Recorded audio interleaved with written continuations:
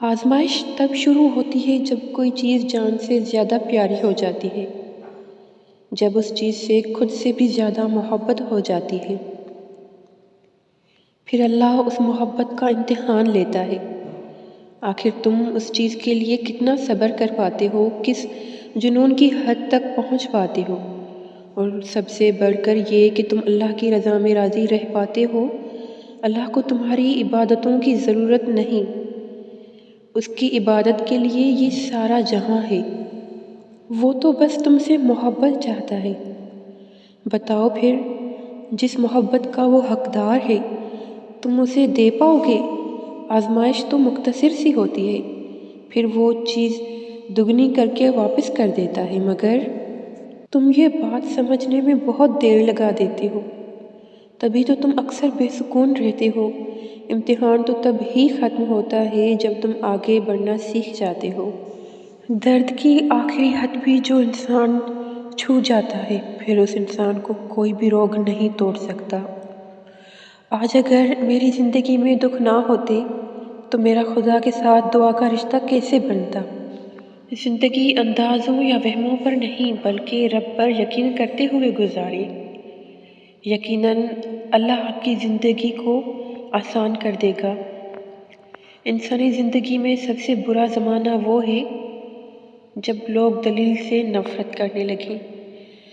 گناہ نہیں چھوٹ رہا، یہ فکر کی بات ہے، مگر ضمیر ملامت بھی نہیں کر رہا، یہ خطرے کی بات ہے۔ قابل رشک ہے وہ محبت جس میں تم کسی ایسے شخص کو پالو جو تمہارے ایمان کو مضبوطی بخشے اور تمہیں نیک بنا دے۔ ایک ہی زندگی ہے، اسے سادہ رہنے دیجیے۔ کسی کو یاد کر رہے ہیں تو فون کر لیجیے، ملنا چاہتے ہیں تو مدعو کر لیجیے، چاہتے ہیں آپ کو سمجھا جائے تو واضح کر دیجیے، کوئی سوال ہے دل میں تو پوچھ لیں، کچھ پسند نہیں تو بتا دیں، پسند ہے تو کہہ دیں، ساتھ چاہیے تو مانگ لیں، انا کو کہیں دور چھوڑ آئیں، اپنوں کو پاس لے آئیں۔ ایک ہی زندگی ہے، اسے آسان رہنے دیں، اپنے لیے بھی اور دوسروں کے لیے بھی۔ کچھ لوگ آپ کی زندگی میں تاروں کی طرح ہوتے ہیں، بہت ہی مدھم مگر ٹھنڈک اور سکون بخشنے والے، جو آپ کے ساتھ بہت خاموشی سے سفر کرتے رہتے ہیں، آپ کو احساس بھی نہیں ہونے دیتے کہ وہ آپ کی توجہ چاہتے ہیں، اور نہ ہی آپ کو کسی بات پر مجبور کرتے ہیں۔ جو انسان اللہ کو ہر کام میں یاد کرتا ہے وہ کبھی ناکام نہیں ہوتا۔ حضرت علی رضی اللہ تعالیٰ عنہ نے فرمایا، معاف کرنا سب سے زیادہ اسے زیب دیتا ہے جو سزا دینے پر قادر ہو۔ حضرت علی نے فرمایا، اتنے خشک نہ بنو کہ توڑ دیے جاؤ، اور اتنے نرم بھی نہ بنو کہ نچوڑ دیے جاؤ۔ لوگوں کے محل دیکھ کر اپنے آپ کو غریب مت سمجھو، کیونکہ امیر اور غریب کی قبر تو ایک ہی جیسی ہوتی ہے۔ اچھے ہیں برے ہیں، ہم خود کے لیے ہیں، ہم خود کو نہیں دیکھتے کبھی اوروں کی نظر سے۔ جھوٹ بول کر جیتنے سے اچھا ہے تم سچ بول کر ہار جاؤ۔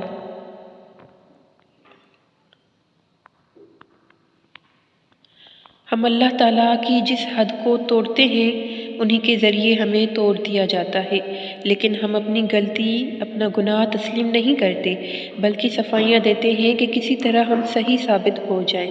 مگر سچ یہی ہے کہ جو اللہ کے حبیب صلی اللہ علیہ وسلم نے حدود بتائی ہیں، ان کے دائرے میں رہنا ہی ہمارے ایمان اور اعمال کی سلامتی کے لیے بہتر ہے۔ مشکل وقت تلخ ضرور ہوتا ہے اور گزرتا بھی دیر سے ہے، لیکن یہ وقت گزرنے کے بعد آپ کی شخصیت نکھر کر سامنے آ جاتی ہے، اور پھر آپ ہر قسم کے حالات سے لڑنے کے لیے تیار ہو جاتے ہیں۔ سمجھے تو یہ وقت اچھے برے کی پہچان کروانے اور ہمیں رب سے قریب کرنے کے لیے آتا ہے۔ سچے نیک لوگوں کو کیسے تلاش کیا جائے؟ جواب ملا، جس شخص کا دل سچ میں اللہ کا گھر بن جاتا ہے، اس کو نیک لوگوں کو تلاش کرنا نہیں پڑتا، کیونکہ نیک لوگ تو خود ہی اللہ کے گھر کی طرف کھنچے چلے آتے ہیں۔ یاد رکھو، جب تم پر کوئی مشکل آ جائے تو کسی کا احسان نہ لو، کیونکہ مصیبت 4 دن کی ہوتی ہے اور احسان زندگی بھر کا۔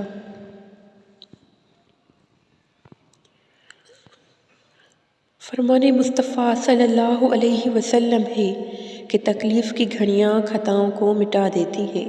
حضرت علی نے فرمایا، صورت اور سیرت میں سب سے بڑا فرق یہ ہے کہ صورت دھوکہ دیتی ہے جبکہ سیرت پہچان کرواتی ہے۔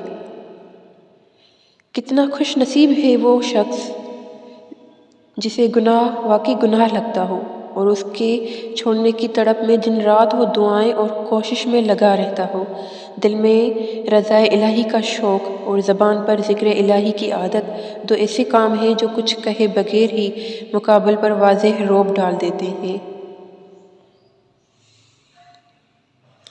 خوش نصیب انسان وہ ہے جو اپنے نصیب پر خوش رہے۔ جب تک اپنے پروں کو پھیلاؤ گے نہیں، اس وقت تک یہ کیسے جان سکتے ہو کہ آپ کتنا دور تک اڑ سکتے ہیں؟ زندگی خود کو تلاش کرنے کے بارے میں نہیں ہے، بلکہ زندگی اپنے آپ کو بنانے اور سنوارنے کا نام ہے۔